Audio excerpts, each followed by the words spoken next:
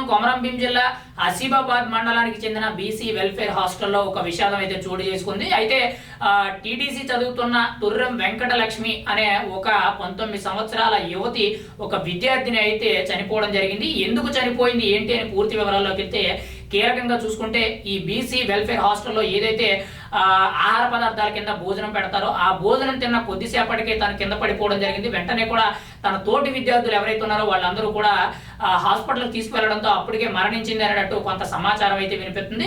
అయితే ఇక్కడ కీలకంగా చూసుకుంటే అక్కడ పెట్టిన ఏదైతే ఆహార పదార్థాలు ఉన్నాయో మధ్యాహ్న భోజనం ఏదైతే ఉన్నాయో వాటిల్లో కొంత నాణ్యత లేకపోవడం వల్ల ఇదంతా జరిగింది అనేటట్టు స్థానికులే కానీ ఆ వెంకటలక్ష్మి ఎవరైతే తల్లిదండ్రులు ఉన్నారో కుటుంబ సభ్యులు ఎవరైతే ఉన్నారో వాళ్ళందరూ కూడా ఆరోపించడం జరుగుతుంది. అయితే ఈ చనిపోయిన తుర్రం వెంకటలక్ష్మి ఎవరైతే ఉన్నారో ఈవిడ బెజ్జూర్ గ్రామానికి చెంది కొత్తగూడెం నుండి వచ్చి ఇక్కడ బీసీ వెల్ఫేర్ హాస్టల్లో చదువుకుంటున్నట్లు మనకు సమాచారం అయితే తెలుస్తుంది.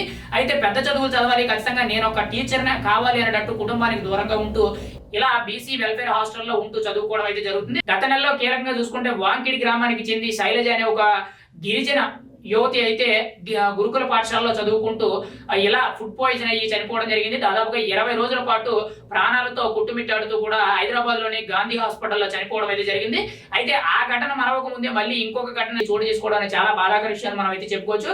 ఈ నేపథ్యంలో కీలకంగా చూసుకుంటే ఏదైతే రాష్ట్ర ప్రభుత్వానికి సంబంధించి అంటే తెలంగాణ రాష్ట్ర ప్రభుత్వానికి సంబంధించి ఏవైతే పాఠశాలలే కానీ గురుకుల పాఠశాలలే కానీ మెయిన్ గా బీసీ వెల్ఫేర్ హాస్టల్లే కానీ ప్రభుత్వ పాఠశాలలకు సంబంధించిన హాస్టల్స్ ఏవైతే ఉన్నాయో వీటికి సంబంధించి ఎటువంటి నాణ్యత పరిమాణాలు అయితే పాటించడం లేదన్నట్టు చాలా పెద్ద ఎత్తున ఆరోపణలు రావడం జరుగుతుంది.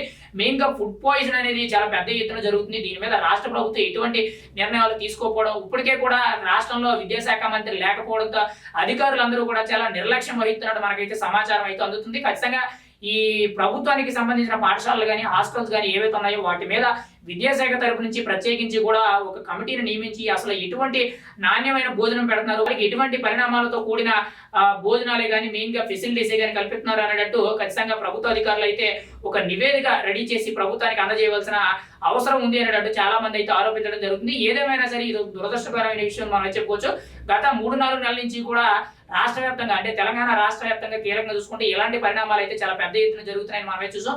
మొన్న 3-4 రోజుల కింద కూడా గురుకుల పాఠశాలలో మెయిన్ గా ఎలకల వల్ల చాలా మంది విద్యార్థులు అయితే ఇబ్బంది పడ్డారు. రాత్రి మాటలు ఎలకలు వచ్చి పిల్లల కాళ్ళు చేతులు ఏవైతే ఉన్నాయో వాటిని కొరకడం జరుగుతుంది. దానివల్ల కొంతమంది అస్వస్థకు గురవడం, కొంతమంది కొన్ని ఇబ్బందులకు గురవడం అయితే జరుగుతుంది. ఇలా రకరకాల ఇబ్బందులతో హాస్టల్లో ఉన్న విద్యార్థులే కానీ యువతి యువకులే కానీ చాలా భారీ ఎత్తున ఇబ్బంది పడుతున్నారని మనం అయితే చెప్పుకోవచ్చు. ఏదేమైనా సరే ఇది ఒక దురదృష్టకరమైన సంఘటన మనం అయితే చెప్పుకోవచ్చు. అయితే చదువుకుంటానని చెప్పి ఇంటికాడ చెప్పి కొత్తగూడెం నుంచి కీలకంగా చూసుకుంటే కొమరంభీం జిల్లాలోని ఆసిఫాబాద్ మండలానికి చెందిన బీసీ వెల్ఫేర్ హాస్టల్లో ఉంటూ ఈ తుర్రెం వెంకటలక్ష్మి అనే మహిళ ఎవరైతే ఉన్నారో యువతి 19 సంవత్సరాల మహిళ ఆవిడ చనిపోవడం జరిగింది. అయితే చదువుకుంటానని చెప్పి ఇంత దూరం వచ్చి అక్కడ చదువుకోవడం జరిగింది. అయితే తల్లిదండ్రులకి కుటుంబ సభ్యులకి దూరం అయిపోయిందని కనిపించారని లోకాలకు వెళ్ళిపోయిందని మనం అయితే చెప్పుకోవచ్చు. ఇది ఖచ్చితంగా ప్రభుత్వ హత్య అనేటట్టు ప్రభుత్వ నిర్లక్ష్యం వల్ల ఇలాంటివన్నీ కూడా జరుగుతున్నాయి అనేటట్టు విద్యార్థి సంఘ నేతలందరూ కూడా ఆరోపించడం జరుగుతుంది. మరి దీని మీద రాష్ట్ర ప్రభుత్వం తరపు నుంచే కానీ విద్యాశాఖ తరపు నుంచే కానీ మెయిన్ గా సీఎం రేవంత్ రెడ్డి గానీ ఎటువంటి పరిణామాలు చోటు చేసుకుంటాయి, వాళ్ళు ఎటువంటి నిర్ణయాలు తీసుకుంటారనేది మనం అయితే ఎదురు చూడాలి.